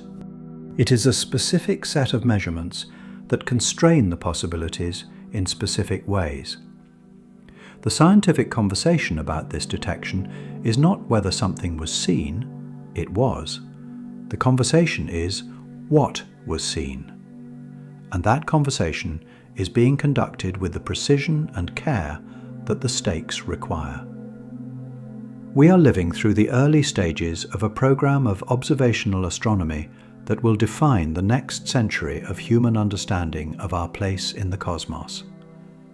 The question that has animated more human imagination and scientific effort than perhaps any other, whether life exists beyond Earth, is transitioning from a philosophical question to an empirical one. Not completed, not answered, but transitioning. Moving from the domain of speculation into the domain of measurement. From the domain of what we can imagine into the domain of what we can observe. Alpha Centauri is where this transition is most advanced, the nearest candidate, the most observed system. The system with the best existing data and the most instruments pointed at it. The system where the next generation of telescopes was designed, in part explicitly, to search for the answer. A point source appeared in Webb's field when it looked there. It has not gone away. It has not been explained. The analysis continues. The observations accumulate. The uncertainty persists. And somewhere in that uncertainty, in the data being processed right now by scientists sitting in front of computer screens in laboratories in Arizona and California and Europe, the answer to one of the oldest questions our species has ever asked may already be present, waiting to be confirmed or refuted, waiting for one more observation or one more analysis to resolve into clarity. 4.24 light-years, the nearest place the answer might be, and we are looking. There is a particular kind of vertigo that comes from understanding where we are in the history of this question. Not the vertigo of cosmic scale, the dizzying awareness of how small we are and how vast the universe is, a different kind. The vertigo of a threshold. The sensation of standing at the exact moment when something that has never been possible is becoming possible. When a question that has been asked for millennia is crossing from the domain of philosophy into the domain of measurement. For as long as human beings have been capable of abstract thought, for as long as we have looked at the night sky and understood that those points of light are objects rather than decorations, we have asked whether we are alone. The ancient Greeks debated it. Medieval scholars who could not even verify that the Earth moved around the sun speculated about whether other suns had worlds and whether those worlds had inhabitants. 19th century scientists who had just begun to understand the vast distances between stars wrote seriously about the possibility of life on Mars and Venus and the moons of Jupiter. 20th century astronomers built the first programs to search for signals from technological civilizations and pointed their radio telescopes at the nearest stars first, at Alpha Centauri, at Tau Ceti, at Epsilon Eridani, hoping to hear something. They heard nothing. We have heard nothing since. 60 years of systematic searching of the radio sky has produced no confirmed signal of extraterrestrial technological origin. The galaxy remains silent in every band we have checked, with every instrument we have built. And yet, the silence has not ended the question. It has deepened it. Because now we know, in a way that the founders of SETI could not know, that planets are not rare.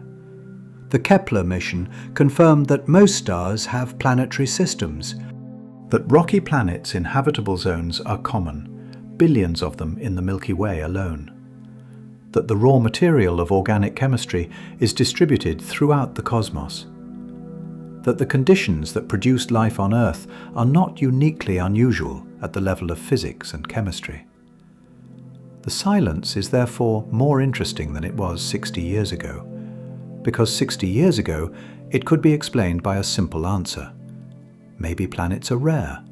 Maybe the right conditions are unusual. Maybe there is simply nothing out there to hear. That simple answer is now much harder to sustain.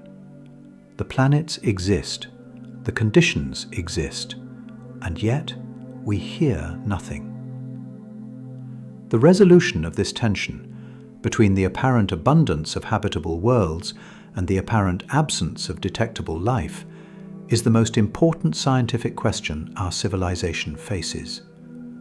Not for practical reasons, not because the answer changes how we should act tomorrow or next year, but because the answer determines the context of everything. It determines whether we are a normal occurrence in a universe full of life or an extraordinary accident in a universe of sterile worlds. It determines whether the great filter lies behind us or ahead of us, whether the hardest step in the path from chemistry to civilization is one we have already passed or one we have yet to face. It determines whether the universe is, in the deepest sense, inhabited or empty. Alpha Centauri is the nearest place where this question can be asked with instruments we actually have. Not the nearest place where life could theoretically exist, the nearest place where a planet capable of supporting life might exist at a distance and in a configuration that our current and near-future telescopes can actually investigate. 4 light years. Close enough for Webb to detect thermal emission from a planet, potentially. Close enough for the ELT to characterize its atmosphere, possibly. Close enough for a relativistic probe to arrive within a human lifetime, in principle, if not yet in practice. And Webb has looked, and something appeared in the data. It may be a planet. It may be an artifact. It may be something else entirely. Some astronomical object or instrumental phenomenon that the analysis team has not yet identified, and that will eventually be given a mundane explanation that resolves the ambiguity without answering the deeper question. Science produces many such resolutions. The history of astronomy is full of exciting signals that turned out to be pulsars or quasars or instrumental effects or statistical fluctuations. Full of moments that felt like thresholds but turned out to be detours. This may be a detour. The scientific process does not promise that every promising signal leads somewhere. It promises only that careful analysis will eventually determine what the signal is, that the uncertainty will resolve into clarity, that the explanation will be found, even if it is not the exciting one. But something was there. In the data from the most powerful infrared telescope ever built, pointed at the nearest star system, looking through a coronagraph designed to reveal what stellar glare normally hides, something was there. A point of infrared emission at a brightness and position consistent with a planet. Changing position between observations in a way consistent with orbital motion. Absent from shorter wavelengths in a way more consistent with a cool nearby object than a background star. It may mean nothing about the deepest question. Even a confirmed planet at Alpha Centauri would not by itself tell us whether life exists there. A planet is a condition for life, not evidence of it. The detection of a habitable zone world would be the beginning of a decades-long investigation. Spectroscopic characterization, atmospheric analysis, biosignature searches, not the end of one. The answer to whether life exists at Alpha Centauri would not be available the day a planet is confirmed. It would come slowly, through the accumulation of spectral data, through the detection of specific molecules in specific combinations, through the patient and careful work of scientists who might not live to see the final conclusion of the investigation they are contributing to. This is how the most important science works, not with sudden revelations, with the slow, patient, contested accumulation of evidence that gradually shifts probability from one answer to another until the weight of the evidence becomes impossible to interpret any other way. It worked this way for heliocentrism, for evolution, for plate tectonics, for the expanding universe, for dark energy. Every major revision of how we understand our situation began with data that was ambiguous, contested, interpreted differently by different experts, and gradually, sometimes over decades, resolved into a new consensus that the next generation took for granted. We are at the beginning of that process for the question of whether we are alone. Not at the end, not even at the middle. At the beginning. The moment when the instruments capable of beginning to answer the question have just come into existence and are being pointed at the right places for the first time. The James Webb Space Telescope pointed its golden mirror at Alpha Centauri. It found a signal that has not been explained. Scientists are working to explain it with the rigor and care that the question demands and the stakes require. More observations are planned, better instruments are being built.